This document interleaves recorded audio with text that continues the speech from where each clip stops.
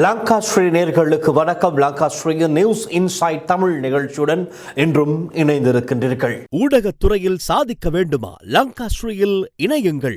Video editor, content creator, news editor பணிக்கு இப்போதை விண்ணப்பியுங்கள். மிக முக்கியமாக பேசு பொருளாக இருக்கின்ற ஒரு செய்தி சம்பந்தமாகத்தான் இன்றைய நிகழ்ச்சியில் நாம் பார்க்க போகின்றோம். அது யாழ் பல்கலைக்கழகத்தில் இடம்பெற்ற ஒரு சம்பவம். நீங்கள் அறிந்திருப்பீர்கள், வெசாக்கூடு ஒன்று உடைக்கப்பட்ட சம்பவம்.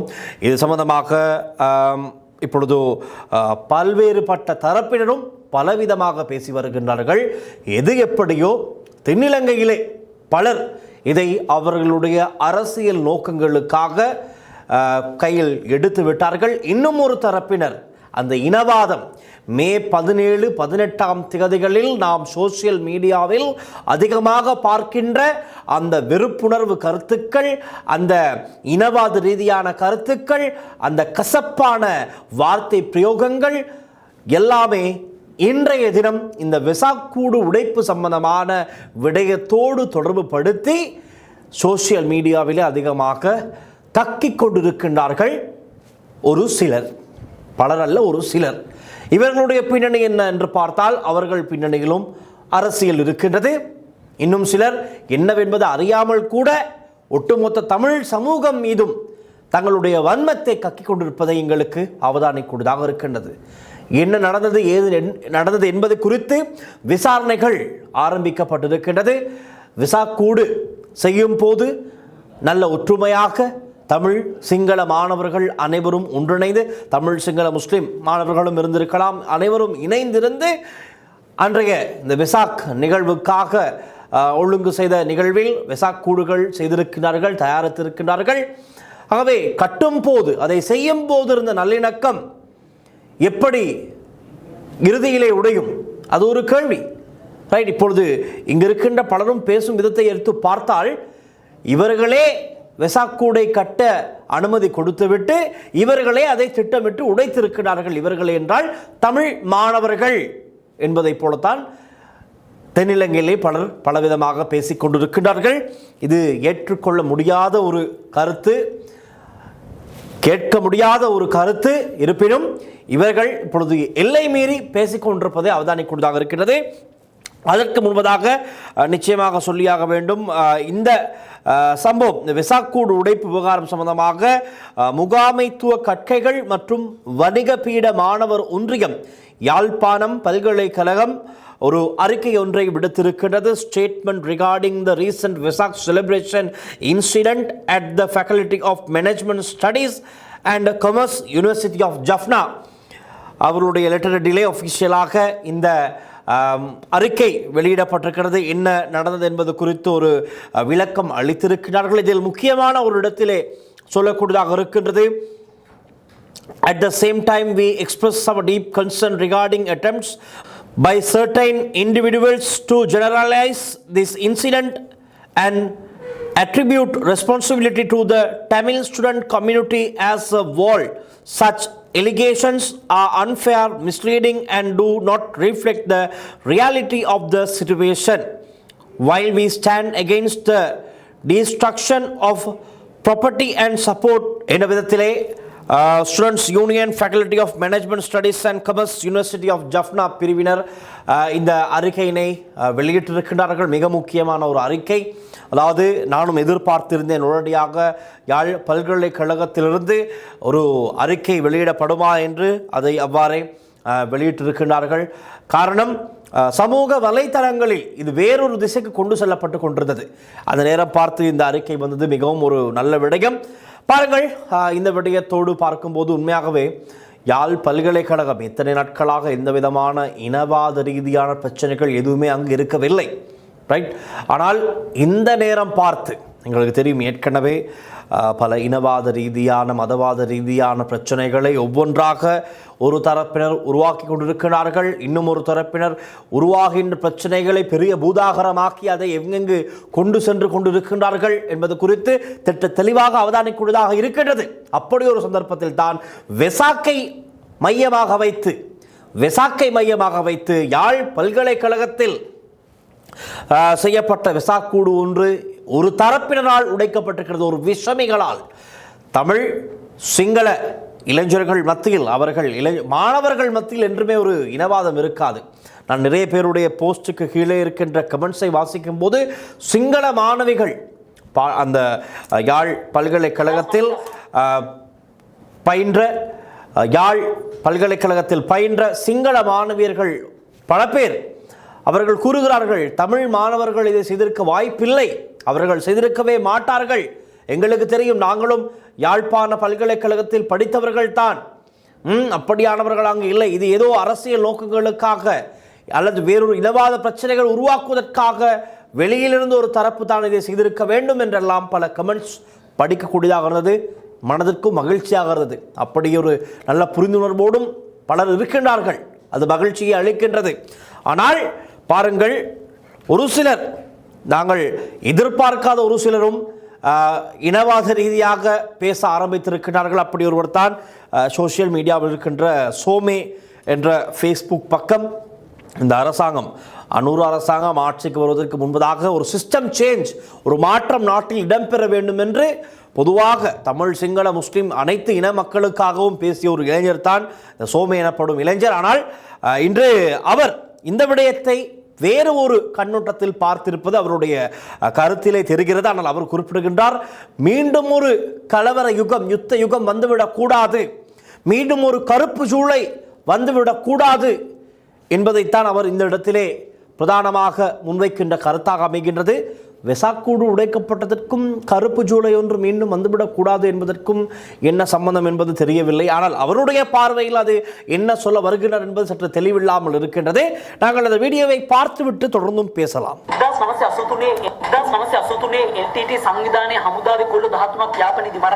முதலாவது கட்டத்தில் அவர் குறிப்பிடுவது, யாழ்ப்பாணத்தில் கொல்லப்பட்ட 13 இராணுவ வீரர்களுடைய சடலங்கள் கொழும்பிற்கு கொண்டு வரப்பட்ட போது தமிழர்கள் அவர்களுடைய இடங்கள், கடைகள், வியாபார நிலையங்கள் எல்லாமே அடித்து நொறுக்கப்பட்டது. அப்படி ஒரு வைராக்கியம் மக்கள் மனதிலே உருவானவுடன் தாக்குதல்கள் இடம்பெற்றது, அழிப்புகள் இடம்பெற்றது. கொழும்பிலே அவர்களுடைய இடங்களை இழந்து பல கஷ்டங்களுக்கு முகம் கொடுத்தார்கள். அதைத்தான் இந்த இளைஞர் அந்த இடத்திலே குறிப்பிடுகின்றார். 83 கருப்பு ஜூலை அப்படித்தான் உருவானது என்று குறிப்பிடுகின்றார். மீண்டும் எங்களுடைய இந்த நாட்டிலே அப்படி ஒரு கசப்பான கருப்பான சம்பவங்கள் என்றுமே இடம்பெற்றுவிடக் கூடாது, இடம்பெற விடவும் மாட்டோம்.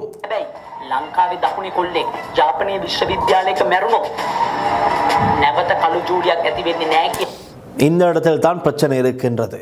அதாவது தெற்கில் இருக்கின்ற ஒரு இளைஞன் யாழ்ப்பாணத்தில் இறந்தாள். மீண்டும் அதை கேட்போம். யாழ்ப்பாண பல்கலைக்கழகத்தில் இறந்தாள். கழுஜூலை ஒன்று, மீண்டும் ஒரு கருப்பு ஜூலை பிறப்பதை யாராலும் தடுத்து நிறுத்த முடியாது என்பதை போலத்தான் இந்த இளைஞன் இந்த இடத்திலே தெரிவிக்கின்றார். ஒரு வெசாக்கூடு உடைத்த சம்பவம் ஒன்று பேசப்பட்டு கொண்டு இருக்கின்றது.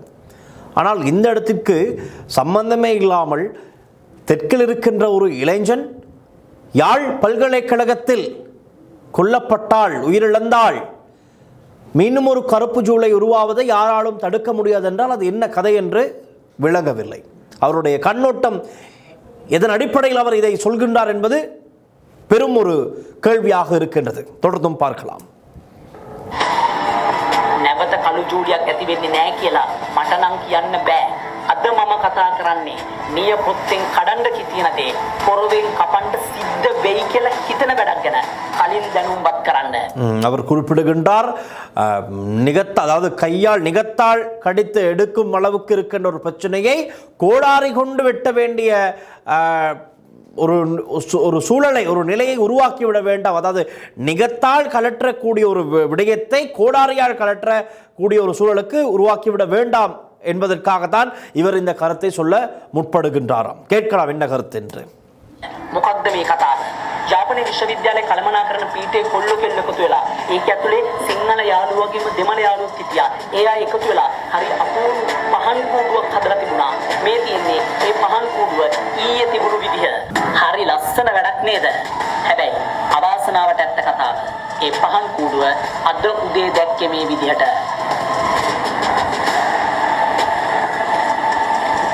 அவர் குறிப்பிடுகின்றார், தமிழ் சிங்கள இளைஞர்கள் யுவதிகள் அனைவரும் ஒன்றாக இணைந்து வெசாக்குக்காக வெசாக்குடு ஒன்று கட்டியிருக்கின்றார்கள், அமைத்திருக்கின்றார்கள். அழகாக இருந்தது பார்ப்பதற்கு. ஆனால் இன்று காலை, அதாவது நேற்றைய தினம் அந்த வெசாக்கூடு அப்படி இருக்கவில்லை, அது உடைக்கப்பட்டிருக்கின்றது. අපි විශ්වවිද්‍යාලවල ඉගෙන ගනිද්දී උතුරෙන් නැගෙනහිරෙන් ආපු යාළුවන්ට කිසිම වෙනස්කමක් නොදැනෙන විදිහටයි අපි වැඩ කටයුතු කරේ. දෙමළ කට්ටියගේ தைப்பொங்கல் உற்சவය, முஸ்லிம் கட்சிக்கு ஹஜ் உற்சவය, ராமசான் ரைட். இந்த இடத்தில் இவர் குறிப்பிட வருகின்றார் என்னவென்றால், கொழும்பிலே தெற்கிலே இவர்கள் பல்கலைக்கழகங்களில் கல்வி பயிலும் போது, படிக்கும் போது வடக்கு கிழக்கிலிருந்து வருகின்ற இளைஞர் யுவதிகளுக்கு அவர்களுக்கு சுதந்திரமாக அங்கு படிக்கக்கூடிய ஒரு சூழலை இவர்கள் உருவாக்கி கொடுத்திருக்கின்றார்கள். அவர்களுடைய கலை கலாச்சார நிகழ்ச்சிகளை அழகாக செய்வதற்கு, சுதந்திரமாக செய்வதற்கான ஒரு சூழலை உருவாக்கி கொடுத்திருக்கிறார்கள். அவர்களோடு இணைந்து நாங்களும் எல்லா நிகழ்வுகளிலும் கலந்து கொண்டோம், நாங்களும் அந்த நிகழ்வுகளை செய்திருக்கின்றோம். ஆனால் அதே சுதந்திரம் தெற்கிலிருந்து வடக்கு வருகின்ற இளைஞர்களுக்கும் யுவதிகளுக்கும் இருக்க வேண்டும், அது இல்லாமல் போயிருப்பதாக இந்த இளைஞர் குறிப்பிடுகின்றார். ගොඩක් කාරණාවලදී සුළු ජාතීන් අපහසුතාවයට පත් වෙයි කියන සැකයත් එක්ක මහා ජාතිය විදියට අපි බොහෝ වෙලාවට එකමුතු වෙලා වැඩ කටයුතු කරනවා. சிறுபான்மையின மக்கள் மனம் நொந்து விடுவார்கள் என்ற காரணத்துக்காக பெரும்பான்மையின மக்கள் நாங்கள் பல விடயங்களை, அதை மீண்டும் கேட்போம். සැකයත් එක්ක මහා ජාතිය විදියට අපි බොහෝ වෙලාවට එකමුතු වෙලා වැඩ කටයුතු කරනවා. එතකොට මහා ජාතිය ජාපනයේදී සුළු ජාතියක් විදියට කටයුතු කරද්දී, සුළු ජාතීන් ජාපනයේදී මහා ජාතිය විදියට කටයුතු වෙද්දී මේ විදියට නම් වැඩ කටයුතු වෙන්නේ මේක අපිට එකඟ වෙන්න පුළුවන් කාරණාවක් නෙවෙයි. இவர் அந்த இடத்திலே குறிப்பிடுகின்றார், பெரும்பான்மை இனமாக சிறுபான்மை இன மக்களுக்கு அவர்களுக்கு தேவையானதை போல நாங்கள் எல்லாம் செய்வதற்கு அனுமதிக்கின்றோம்.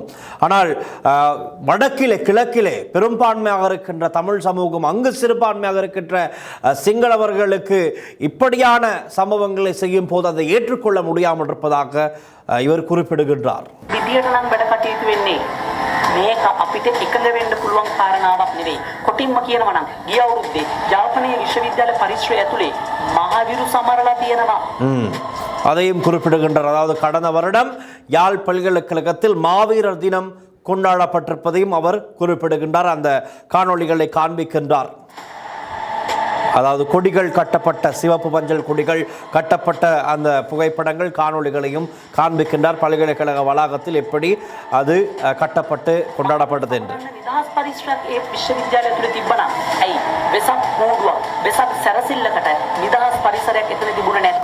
மாவீரர் தினத்தை கொண்டாட அந்த வளாகத்தில், பல்கலைக்கழக வளாகத்தில் சுதந்திரம் இடம் இருந்தது என்றால் ஏன் வெசாக் கொண்டாட இடம் இல்லை என்பதை போல அவர் கேள்வி கேட்கின்றார்.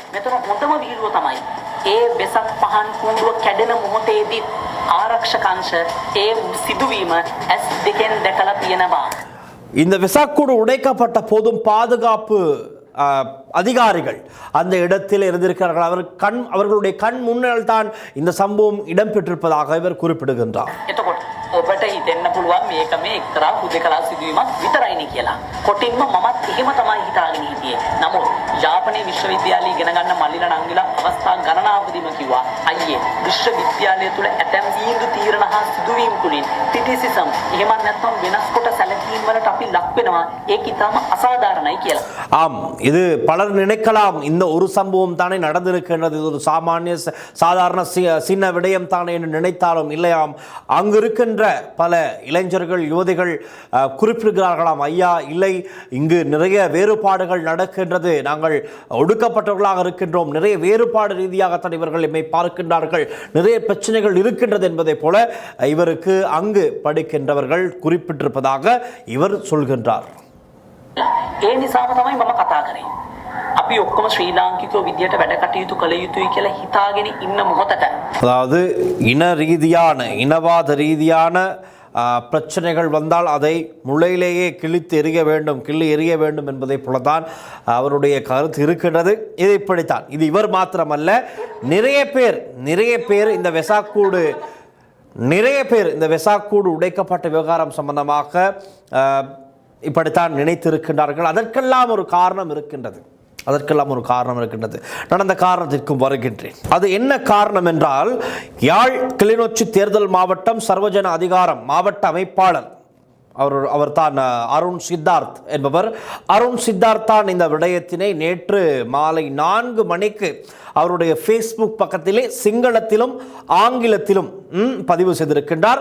அதில் அவர் குறிப்பிடுகின்ற விடயம் என்னவென்றால், நேற்று மாலை 4:01 அவர் எழுதிய பதிவின் அடிப்படையில் ஊடக அறிக்கை சர்வஜன பலய யாப்பனைய, அதாவது சர்வஜன பலய கட்சி, அவருடைய கட்சியின் பெயரை போட்டு யாழ்ப்பாணம் என்று போட்டு நேற்றைய திகதிக்கு அவர் எழுதுகிறார். කළමනාකරන අධ්‍යයනය වාණිජ පීඨයේ ඉගෙනුම් ලබන බෞද්ධ සිසුන් විසින් යාපනය විශ්වවිද්‍යාලය පරිශ්‍රය තුළ ප්‍රදර්ශනය කර තිබූ වෙසක් සැරසිලි ඊයේ රාත්‍රියේදී අඳුනා නොගත් පුද්ගලයින් විසින් විනාශ කර ඇති බව වාර්තා වී ඇත. ஆரம்பத்திலேயே பிரச்சனைகள் அந்த இடத்திலே உருவாக்கப்பட்டிருக்கின்றது என்றால் சரி. காரணம், இவர் என்ன குறிப்பிடுகிறார் என்றால், இந்த வணிக பிரிவிலே சிங்கள புத்த மதத்தை சேர்ந்த இளைஞர்கள் மாணவர்களால், புத்த மத மாணவர்களால் யாழ் பல்கலைக்கழகத்தில் நிறுவப்பட்ட வெசாக் கண்காட்சிக்காக செய்யப்பட்ட வெசாக் கூடு உடைக்கப்பட்டிருக்கின்றது.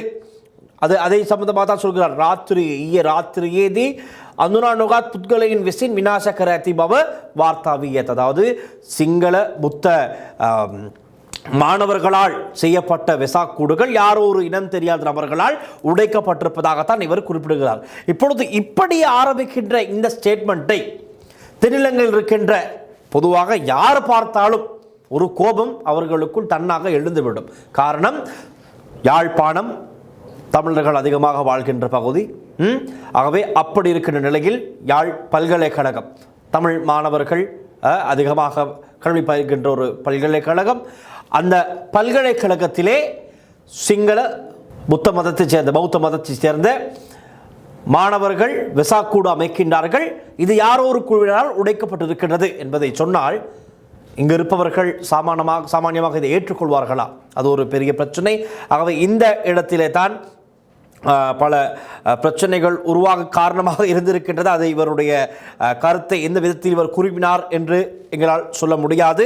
இருப்பினும் இவர் இதை சொன்ன விதம், ஆரம்பித்த விதம், அதிலே பிரச்சனை இருக்கிறது. காரணம், அங்கு இருக்கின்ற தமிழ் இளைஞர்களும் சேர்ந்து தான் அங்கு இருக்கின்ற வெசாக் கூடுகளை அமைத்திருக்கின்றார்கள். அவர்களுடைய உதவியும் ஒத்துழைப்பும் அவர்களுடைய ஆதரவோடு தான் எல்லாமே அங்கு அழகாக நடந்திருக்கின்றது. தனியாக பௌத்த மாணவர்கள் மாத்திரம் அதை செய்யவில்லை. தமிழ் மாணவர்களும் இணைந்து அவருடைய ஆதரவுடன் ஒத்துழைப்புடனும் அங்கு இந்த வேலைகள் அழகாக இடம்பெற்றிருக்கின்றது. ஆகவே இந்த இடத்திலே பிரிவினையை கொண்டு வந்தது யார் என்றால், இப்படியான அரசியல் ரீதியான பதிவுகள் தான் என்பதை நாங்கள் நிச்சயமாக சொல்லியே ஆக வேண்டும். இப்பொழுது இந்த இடத்திலே ஒரு அரசியலை கொண்டு வருகிறார்கள். எப்படி என்று பார்த்தால், சர்வஜன பலய மெவினி சமாஜ விரோதி கிரியாவன் தடிலச இலாதக்கி, அதாவது சர்வஜன பலய கட்சி இப்படியான செயற்பாடுகளை கடுமையாக எதிர்ப்பதாக, கண்டனங்களை வெளியிடுவதாகத்தான் அவர் குறிப்பிட்டிருக்கின்றார். இப்படித்தான் பல பேரும் பலவிதமாக இதை இப்பொழுது அரசியல் விடயமாக கையில் எடுத்திருக்கின்றார்கள். ஏ சமகம யாப்பனய விஸ்வவித்யாலய இகனும் லබන රටේ දකුණු ප්‍රදේශවලින් පැමිණි සිංහල සහ මුස්ලිම් සිසුන් සඳහා අපගේ සහයෝගීතාවය සහ සහයෝගය ප්‍රකාශ කිරීමට අපි කැමැත්තෙමු. ඔවුන් සහජීවනයෙන් ජීවත් වීමට අපගේ කැපවීම අපි නැවතත් තාවුරු කරන අතර සියලුම සිසුන්ට සුරක්ෂිත සහ බිය ගැන්වීම වලින් තොර පරිසරයක තම අධ්‍යාපනය ඇදෑරීමට ඇකි වාතාවරණයක් නිර්මාණය වී යුතු බව අපි දැඩිව அவதாரணය කරමු. இன்னும் ஒன்றை அவர் குறிப்பிட்டிருக்கிறார்.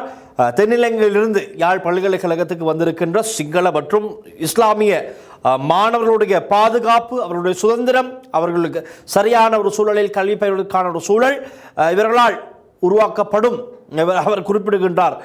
அது உறுதி செய்யப்பட வேண்டும் என்பதை போல அவருடைய கருத்து இருக்கின்றது. ஆனால் இத்தனை நாட்களாக அவர்களுக்கு எந்த விதமான இடையூறும் இல்லை, அதுதான் சொல்லியாக வேண்டும். தமிழ், சிங்கள, முஸ்லீம் அனைவருமே ஒன்றாக நல்லிணக்கத்தோடு யாழ் பல்கலைக்கழகத்திலே கல்வி பயின்று வருகின்றார்கள். இருப்பினும் அங்கு ஒரு பிரச்சனைகள் இருப்பதை போல அருண் சித்தார்த்துடைய அந்த ஃபேஸ்புக் பதிவிலே எங்களுக்கு அவதானிக்கூடியதாக இருக்கின்றது. அதை நாங்கள் குறிப்பிட்டோம். உண்மையாகவே அது நடக்கக்கூடாத ஒரு விடயம் நடந்திருக்கின்றது. இதை யார் செய்திருந்தாலும் இந்த வெசாக் கூடு ஒரு கலாச்சாரம். ரைட், நீங்கள் சொன்னீர்கள் வெசாக் தினத்தன்று நடந்த நாட்டு நடப்பு நிகழ்ச்சி நீங்கள் மீண்டும் சென்று பாருங்கள். அன்றைய தினம் நான் வீட்டிலிருந்து தான் அந்த நிகழ்ச்சியை ஒளிப்பதிவு செய்திருந்தேன். அப்பொழுது நான் என்னுடைய வீட்டில் நான் இருந்ததுக்கு எனக்கு பின்னால் நீங்கள் அவதானித்திருப்பீர்கள், நிறைய பேர் வெசாக் கூடுகள் கட்டவிடப்பட்டிருக்கும். நான் தான் அந்த வெசாக் கூடுகளை கட்டி அன்றைய தினம் வீட்டிலே தொங்க விட்டேன். காரணம், அது ஒரு அழகான விடயம், நல்ல விடயம். ரைட், இதை நாங்கள் செய்யக்கூடாது என்று இங்கே யாரும் சொல்லவில்லை. ரைட், யாரும் அதை எதிர்க்கவும் இல்லை. எல்லோரும் சந்தோஷமாக ஒரு வண்ணமயமான நாளாக அது இருக்கின்றது, ஒளிமயமான நாளாக இருக்கின்றது. மிகவும் மகிழ்ச்சியுடன் சந்தோஷமாக அதை ஏற்றுக்கொண்டு நாங்களும் எல்லோரும் சேர்ந்து வெசாக் கூடுகளை கட்டி மகிழ்கின்றோம். ஆனால் யாழ்ப்பாணத்திலும் அதைத்தான் நாங்கள் பார்க்கின்றோம். யாழ்ப்பாணத்திலே போலீசார் இராணுவத்தினரும் வெசாக் கூடுகளை அமைத்திருந்தார்கள், டன்சல்கள் போட்டிருந்தார்கள். அதற்கு ஏராளமான தமிழ் மக்கள் சென்று கலந்து கொண்டிருந்தார்கள். அதை நாங்கள் யாரும் தவறு, நீங்கள் செல்லக்கூடாது என்று சொல்ல முடியாது. அது அவர்களுடைய விருப்பம், அது அவருடைய சுதந்திரம். அதன் பின்னணியில் அரசியல் சார்பாக பேசுபவர்கள் பேசலாம், அது பேசிக்கொண்டு தான் இருக்கிறார்கள், அதையும் எங்களுக்கு அவதானிக்கொண்டு இருந்தது. ஆனால் தவறான விதத்தில் மக்களை வழிநடத்தக்கூடாது என்பதைத்தான் நாங்கள் குறிப்பிட வருகின்றோம். ஆனால் பாருங்கள், இப்பொழுது இந்த விடயம் ஒரு பெரும் பூதாகரமாக இருக்கின்றது. இன்னும் பிரதான கட்சிகள் யாரும் இதை இன்று பெரிதாக பேசவில்லை. நான் நினைக்கிறேன் நிச்சயமாக நாளைய தினம் இதை இன்னும் பெரிதாக்க வாய்ப்புகள் இருக்கின்றது. இன்னும் ஒரு பதிவு, நான் இதை பேசிக்கொண்டிருக்கும் போது ஒரு பதிவு, யாழ்ப்பாண முகாமைத்துவ பீட மாணவர் ஒன்றியமே இந்த வெசாக் நிகழ்வை ஏற்பாடு செய்துள்ளது. அதன் தலைவர் உட்பட பெரும்பான்மையான உறுப்பினர்கள் தமிழ் மாணவர்களே ஆவர். எனவே இந்த நிகழ்வை ஏற்பாடு செய்தவர்களும் தமிழ் மாணவர்களுமே அவர்கள் நல்லெண்ணத்துடனும் ஒற்றுமையை மேம்படுத்தும் நோக்கத்துடனும் இந்த நிகழ்வை ஏற்பாடு செய்துள்ளனர். ஆனால் அந்த முயற்சி வேறு சிலரால் வேறு நோக்கங்களுக்காக சேதப்படுத்தப்பட்டுள்ளது. எனவே இதை தமிழ் சிங்கள மாணவர்களுக்கு இடையிலான முரண்பாடாக சித்தரித்து சிங்கள மக்கள் மத்தியில் போலி பிரச்சாரம் செய்யும் இனவாத சக்திகளை நம்ப வேண்டாம் என்று ஒரு சிங்கள சகோதரன் பதிவிட்டிருக்கின்றார். அதுதான் நான் பார்த்தவுடன் வாசித்தேன். நான் முதலில் வாசித்தேன் ஒரு அரசியல் ரீதியான ஒரு ஃபேஸ்புக் பதிவு. அதில் தான் அங்கு விஷம் இருக்கின்றது.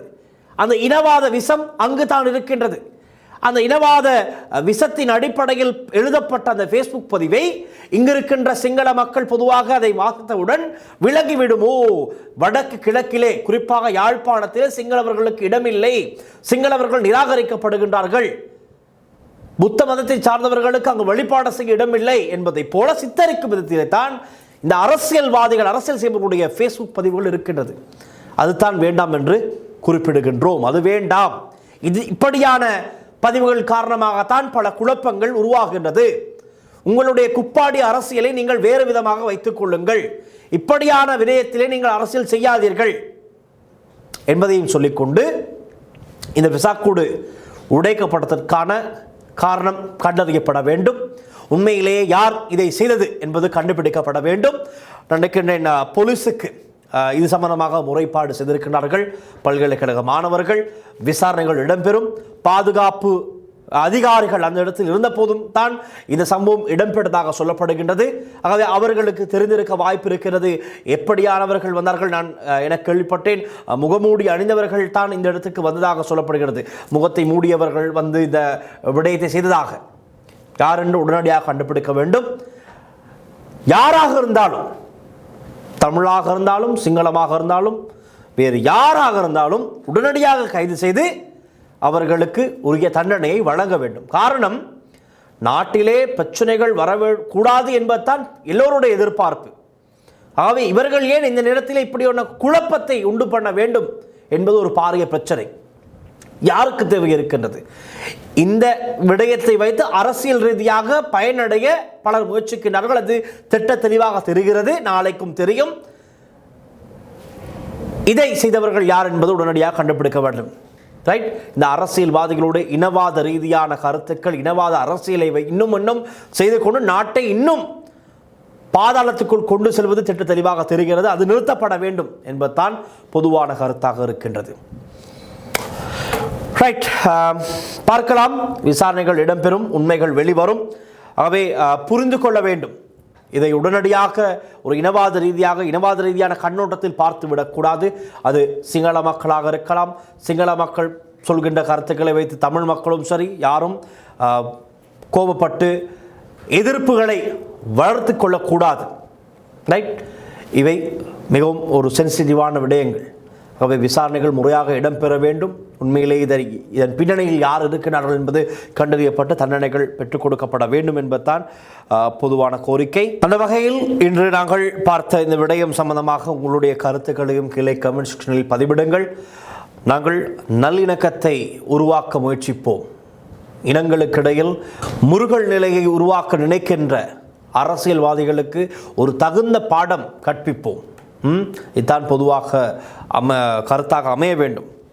இல்லை என்றால் இன்னும் இனங்களுக்கிடையிலே பிரச்சனைகளை உருவாக்கி நல்லிணக்கத்தை ஏற்படுத்த விடாமல் தடுத்து அதையெல்லாம் நின்றுவிட்டால் இவர்களுக்கு அரசியல் செய்வதற்கு வேறு எதுவுமே இல்லாமல் போய்விடும். சமாதானத்தை எதிர்பார்த்து ஒரு சுமூகமான நிலையை எதிர்பார்த்து இருக்கிறவர்களுக்கு இப்படியான இனவாத ரீதியான அரசியல் செய்பவர்கள் ஒரு முட்டுக்கட்டையாக இருக்கிறார்கள். அவர்களை முதலில் அப்புறப்படுத்த வேண்டியது மக்களுடைய கைகளில் தான் இருக்கின்றது. ரைட், உங்களுடைய கருத்துக்களை கீழே கமெண்ட் செக்ஷனில் பதிவிடுங்கள். இந்த விவகாரம் சம்பந்தமாக மேலதிக அப்டேட்டுகளை நாங்கள் தொடர்ந்தும் அவதானித்து வருகின்றோம். நாங்கள் முயற்சிக்கின்றோம் யாழ் பல்கலைக்கழகத்தில் தமிழ் சிங்கள மாணவர்களை தொடர்பு கொண்டு உண்மை நிலவரம் என்ன என்பதனை கேட்டு அறிந்து கொண்டு உங்களுக்கு அந்த தகவல்களையும் வழங்க நான் நினைக்கின்றேன். நாளை தினம் எங்களுக்கு அது செய்யக்கூடியதாக இருக்கும் என்று நான் முழு முயற்சியில் ஈடுபட்டேன். உடனடியாக அங்கு யாரையாவது தொடர்பு கொள்வதற்கு என்னால் முடியாமல் போனது அங்கு இருக்கின்ற மாணவர்கள் இது சம்பந்தமாக இப்பொழுது அங்கங்கு ஓடி திரிந்து கொண்டிருக்கிறார்கள். போலீஸ் நிலையங்களுக்கு செல்கிறார்கள் முறைப்பாடு செய்ய. அதே போல இதுக்கு அடுத்த கட்ட நடவடிக்கைகள் என்ன, அதே போல் அவர்களுடைய கல்வி நடவடிக்கைகள் செயற்பட்டு கொண்டிருக்கிறார்கள். இதன் காரணமாக அவர்களை தொந்தரவு செய்ய முடியாது. நாளை தினம் நாங்கள் முயற்சிக்கின்றோம் முடிந்தவரை அங்கு இருக்கின்ற தமிழ் சிங்கள மாணவர்கள் இளைஞர்களை தொடர்பு கொண்டு இது சம்பந்தமான மேலதிக விவரங்களை கேட்டு தெரிந்து கொள்ள நாளை சந்திக்கலாம். தொடர்ந்தும் லங்கா ஸ்ரீயுடன் இணைந்திருங்கள். ஒளிப்பதிவாளர் ரசிகருடன் நான் டெலிஷா வின்சன். நன்றி, வணக்கம்.